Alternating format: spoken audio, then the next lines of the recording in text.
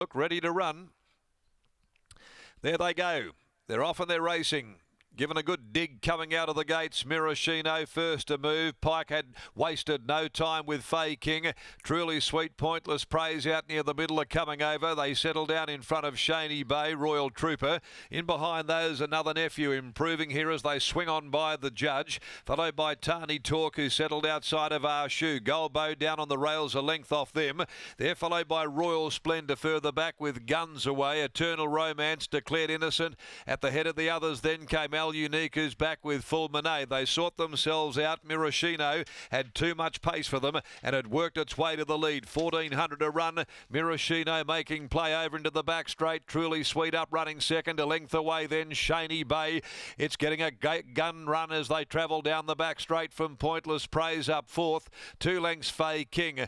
Taken hold of by Pike and settled it back just off the pace a little. Over on its inside, Royal Trooper improving. A length away to Tani Talk. And then came Golbo down on the outside of it. Next of all is Arshu, and there's one going around the outside of those. Next of all, Guns Away back there in the field, as well as Eternal Romance. They're followed after a length or so. Declared Innocent, Royal Splendour, Full Monet, and back near the tail end of the field is Al Unique. And so in this order, Miraschino takes them down the side. Miraschino at the 650, led by 3/4. Truly Sweet now being urged along. Shaney Bay looking for galloping room, tucked up, but with nowhere to go for the time being as they start to bunch up a little. Pointless Praise is on the outside next of all, and they're being followed further back then on the outside as they come towards the turn here. Eternal Romance getting around the outside of Another Nephew. Tani Talk bullocking into the clear. Shaney Bay got a beautiful run though to sweep through, go to the lead. Fey King joined it though in the twinkling of an eye,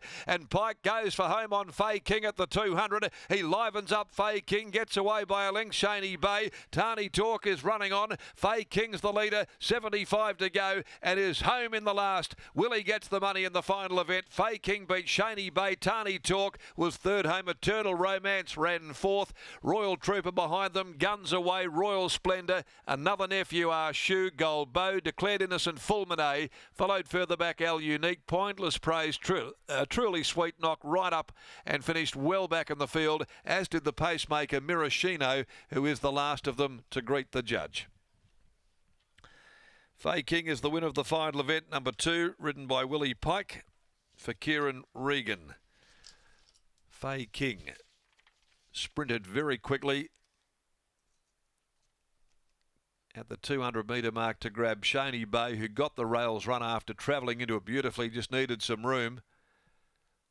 And Fey King then capitalising upon that run that was able to be afforded by Willie, and the King's Troop gelding put paid to Shaney Bay in the final stages to go home and win well for Kieran Regan.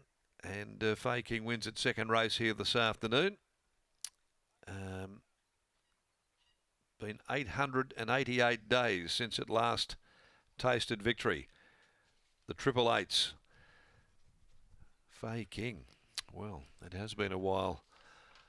And beats home number 1 Shaney Bay, third number 7 Tani Talk, Brad Parnham, fourth 11 Eternal Romance, a length and a quarter and a short neck. They were the margins, 2:11.61 the time. The Carbine Club of WA handicap, but a pretty resounding win by Fey King in the final event for the day, and ends a pretty long run of outs. Not that it's overly raced, a 5-year-old that's only had 9 starts, this included here this afternoon, but good to see it obviously back there in the winner's circle for the connections involved. As we head down and find out the reasons why with Lockie. Thanks, Darren. Great way to finish the day for young trainer Kieran Regan with Fey King winning the last. As Kieran joins me now. Kieran, congratulations on the win. It has appeared from afar that it's been a long, slow build to get to this point. I'm sure it's a satisfying result here.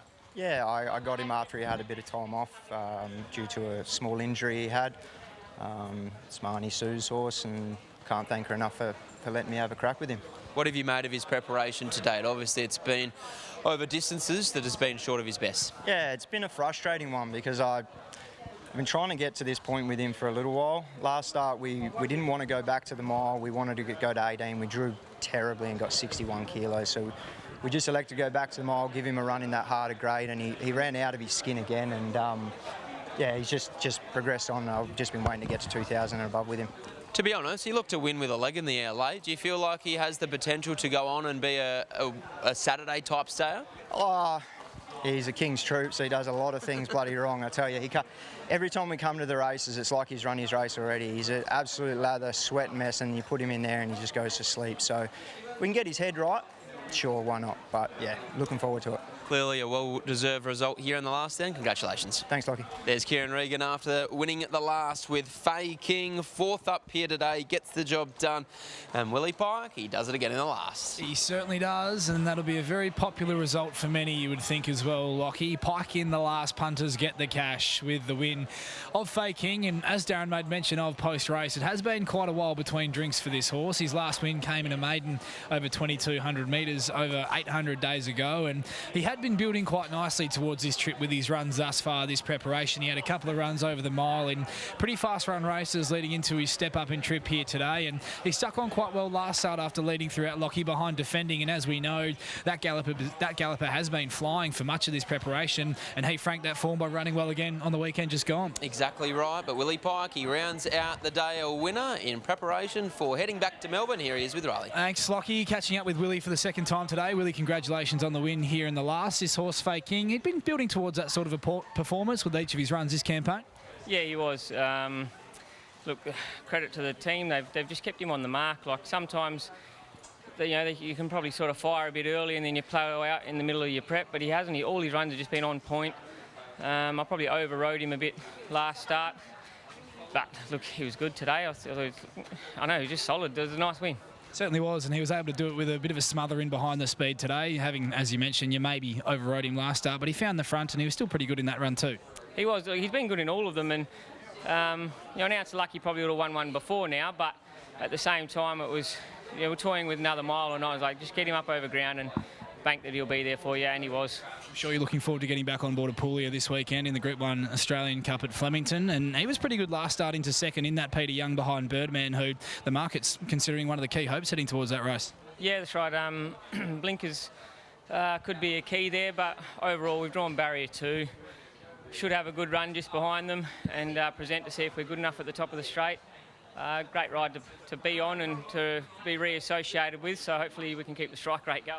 We'll be cheering for you. Best of luck, and hopefully it's a fruitful trip. Yeah, thanks, mate. There's Willie Pike. He rounds out the day a winner with Fey King winning the last of the day. That rounds out a fun day of racing here at Belmont Park, Riley. The big talking point all throughout the afternoon has been the NAS series, but that 2-year-old race is clearly going to be a nice form reference moving forward. Hillside Avenue runs second.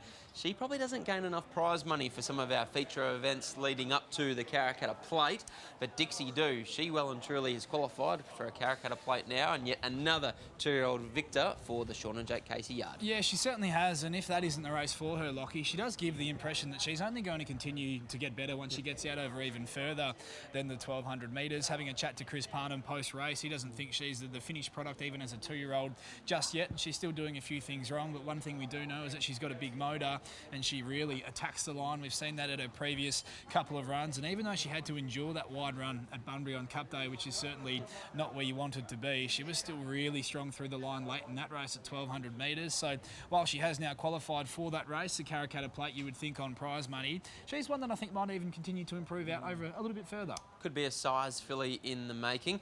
Looking forward to the weekend somewhat, with an asterisk. Fantastic racing, but whether we race at all, that is the million-dollar question at the moment here in the West, because Narelle, she's coming. She certainly is, and yeah, for use of a better phrase, Lockie, there is a bit of water to go under the bridge regarding the racing here locally this weekend. I think there might be, given the forecast, and obviously the forecast remains to be seen whether the weather does arrive, but the racing might be in a little bit of doubt this weekend, but there's fingers crossed that we miss the brunt of it, and we do get that WA Oaks meeting running one there at Ascot on Saturday, because that clash between two very high quality middle distance staying fillies in Wonderfully Made and Masmello, that's going to be an absolute cracker. All we can say is do your wet track form, try find a wet tracker, your Mudlark Stallions, and hopefully we're at Ascot on Saturday afternoon. But that's all we have time for here at Belmont Park, so it's good night from Riley No.